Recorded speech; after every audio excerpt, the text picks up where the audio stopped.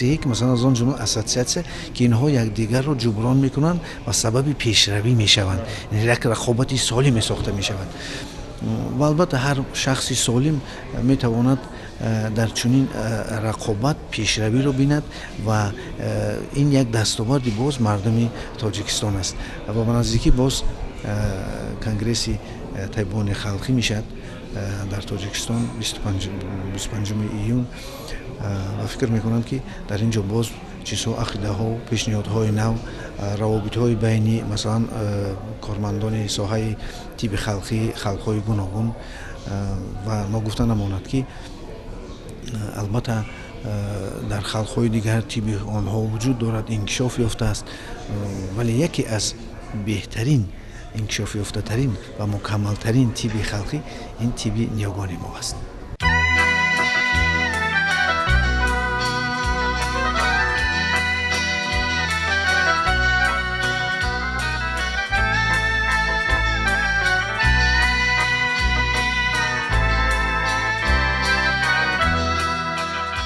من اعضای اساسیاسی طیبان خلقی تاجیکستان صابرов میرزاعلی، دارنده شهادتنامه محصولات ذهنی که آن را سال 2004 از طرف مرکز اختراعات تاجیکستان، جمهوری تاجیکستان، اختراعات تاجیکستان داده شده است، صاحب هستم.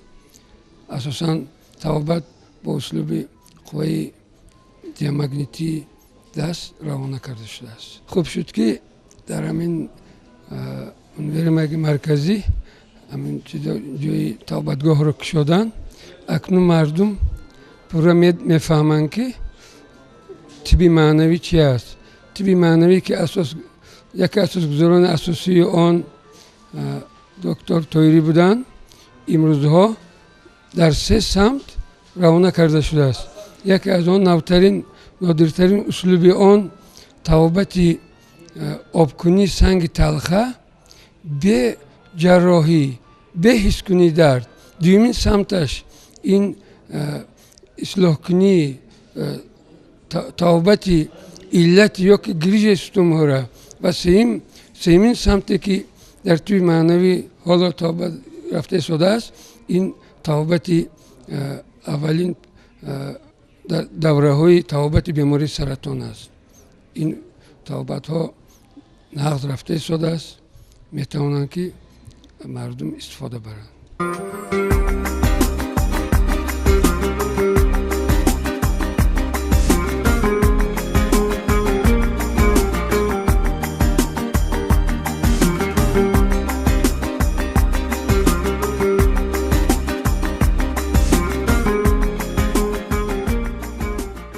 میرزا علی مردونов، عضوی اساسیاسیای طبی کسبی انعنوی طیبان خلقی جمهوری تاجیکستان. ما بعضا با همین پوست و بیماری های پوست که سر و کار داریم، ما در بینای مگزین مرکزی اون ورمگی مرکزی که در اینجا هست، ما میتونیم نصیحت داده به بیماران درباره با کدام اصول توابط کردن، چی ها کردنشون در کار. اینجا هم نصیحت و هم مشورت و هم دیگر چیه وای کرده میتونیم. فرض کنیم با اینجا گیاه ها داریم که با این گیاه ها میفرماییم که کدام گیاه های فرض کنیم استفاده برن، چقدر خود درونشون رو تازه کنن، با کدام اصول تازه کنن، کدام گیاه خورن، از چی پرهیز کنن. این یک ما حرکت میکنیم که یک راهی نزدیکتر یعنی توابط یافتن. دورمدراز نه، فرض کنیم در بین یک ماه یک نیم ماه تیزتر نقش شوند. برای که در بیماری پوست همش از خوراک در هر کجا هر خیل میپزند و هر خیل روغنا که هست، از اون خاطر منامه بسیاری مردم با کسلی پوست گرفتار شدگی.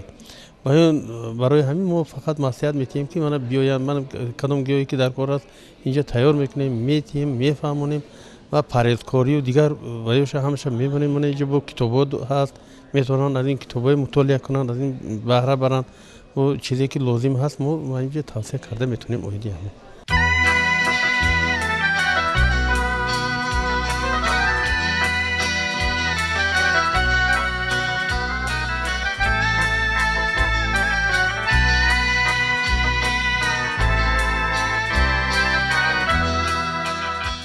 намегирам 200 руму Вашингтон ба як санги сиёҳи Тоҷикистон.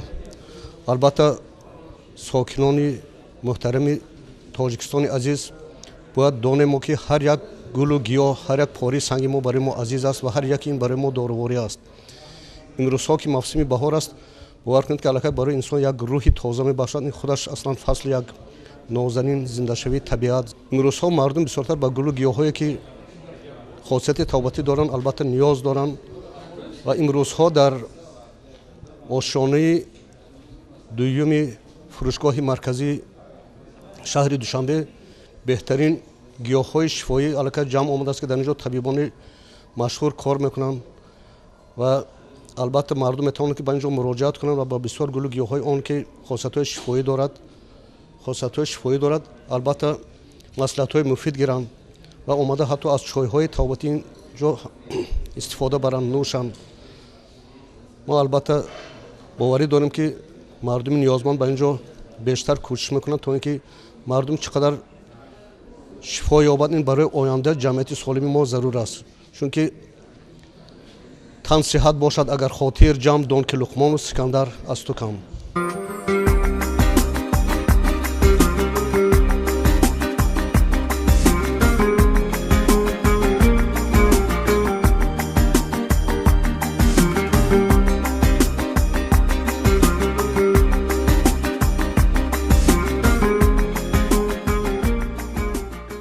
он чизе ки масалан аён аст ҳоҷати баён нест, аммо ман он чизеро мехоҳам барои бинандагони мардуми шаҳри Душанбе, он касоне ки моро тамошо мекунанд, чизи аслро мегӯям, барое ки асл решаиш бисёр қавӣ аст.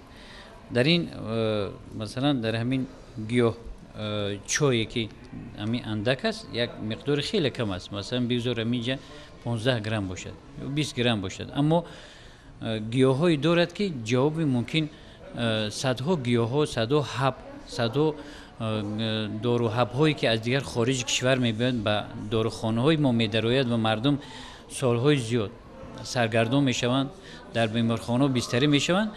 ҳамин ҷавоби чандин бемориҳо, чандин ҳабҳое ки гуфта гузаштем медиҳад. ине ки таркиби ҳамин гиёҳ ман дуруст кардам барои аслан Шайхурайс Абуалӣ ибн Сино ҷамъи гиёҳҳоро дегафзор мегӯяд. ҳамин калимаро ман мехостам аз филологҳои муҳтарами мо докторҳо дар забони тоҷикӣ дохил кунанд ки ҳамин маъмул шавад.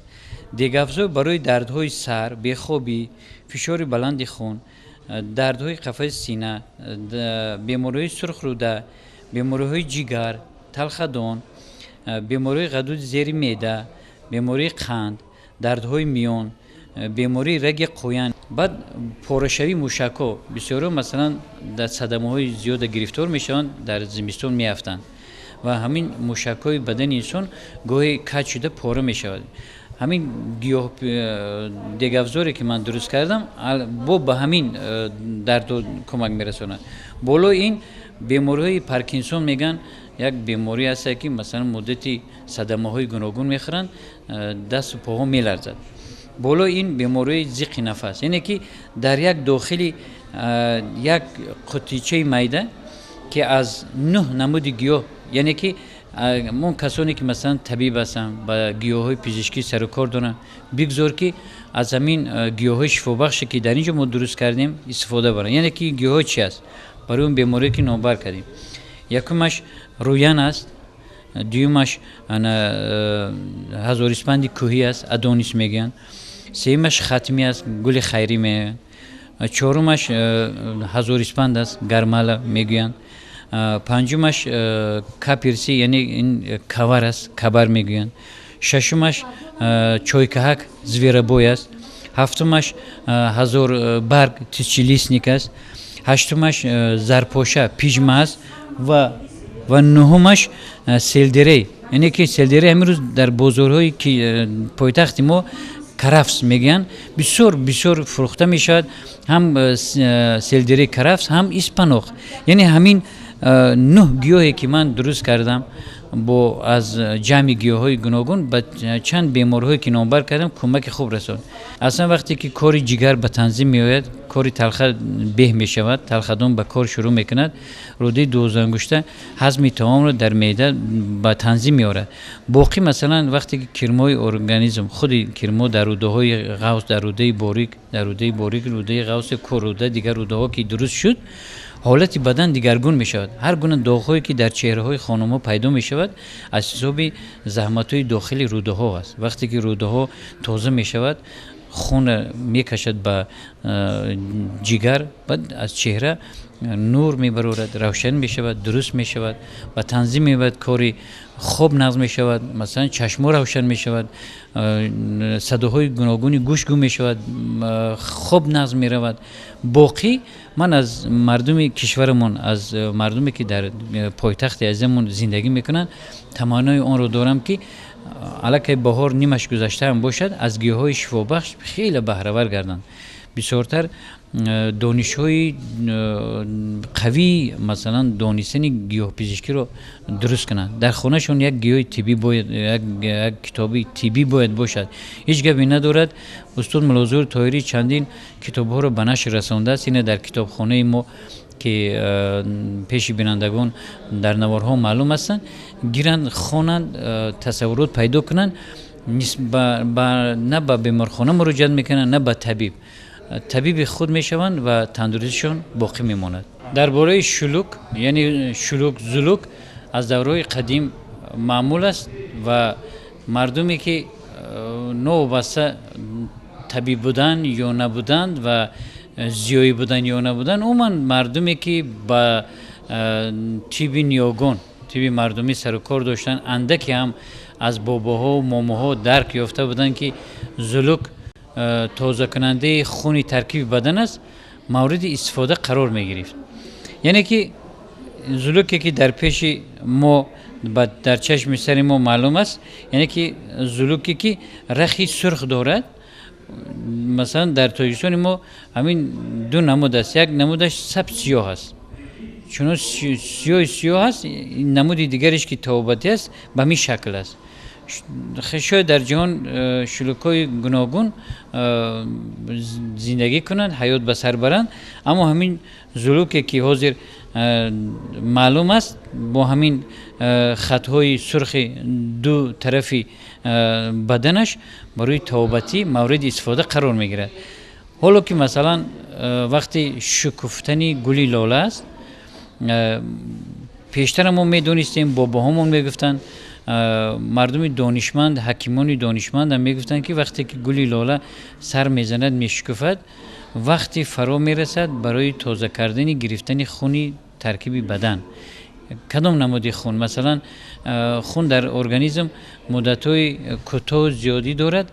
وقتی که سلوک میمونید در کدام عضو بدنی که باشه، یا در چهره باشد، یا در مثلا پیشانی باشد، یا در پس سر باشد، یا در مثلا در بالای شانه‌های عصعقی باشد، یا بالای شکمی باشد، در مثلا در ران‌های پا باشد، از کدام عضوی که زلوک برای گرفتن خون مانده می شود متخصص، همون عضو از داخل تازه می شود. یعنی که مثلا پیش از اون که زلوک رو طبیبانی مردمی شاید باشه، یا طبیبانی حاذق، طبیبانی که متخصصن در این ساحه، حاضر یک دستگاه‌های مخصوصی برآمده است از کشوری و ما دوست همسایه چین میارند و مورد استفاده قرار میگیرند. من همچون ساحه مثلا بیولوژی و داروسازی با مردمی که با خونگیری مشغول هستند، پیش از اون که مزاج‌ها با نزدشون میآیند که خون گیرند، برای تازه شدن تنظیم آمدن خون، تازه شدن پاک شدن بدن، باید روده‌ها تازه باشد. اول وقتی که تمام مثلا تمام از دهان استعمال میشد، خایده میشود، مثلا آیسته مثلا از این هضم تمام میبرد داخل ارگانیسم، داخل معده میگردد، داخل هاضمه میگردد.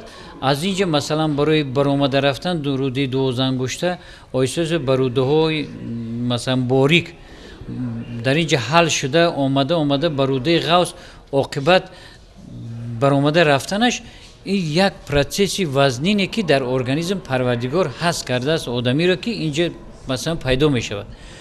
به خاطر اون که مثلا خون گرفته شود، ما مثلا از این نگاهی فیزیولوژی و آناتومی مثال میبریم برای مردمی که ما را مثلا تماشا میکنند.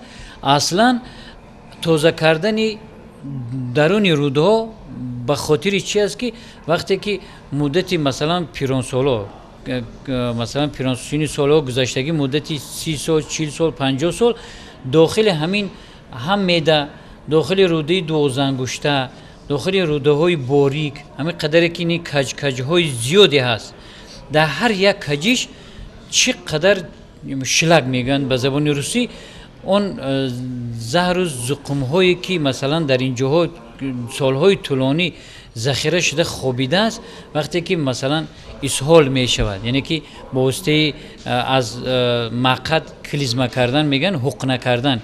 این حقنه از سخن حضرت جالینوس است.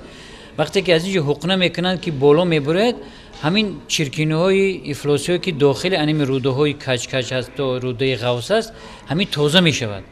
وقتی که تازه شد، یک بار دو بار سه بار تازه شد، این باز با برای مثلا دستوری که برای تازه شدن روده های غوث و روده های باری اون روده ها است، با یک ساعت های مخصوص است که این یک وقت فاصله دیگر ما هم چون یک کوتاه کرده میفهمونیم که پیش از اون که زلوب میمانند و خون میگیرند متخصصان یا که طبیبان مردمی باشند، فرندار کسی نباشد، باید در ساحه خودش قوی باشد، اول روده های ارگانیسم رو اون من تازه کرنده.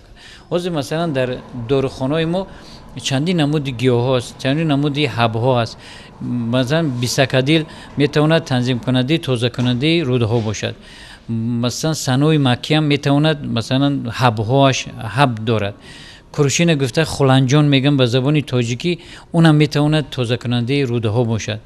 بعد از مثلا از گیاهای شفابخش اوگل اکتیو گفتنی باز مثلا خاک است که در شکل سیاه است، او را مثلا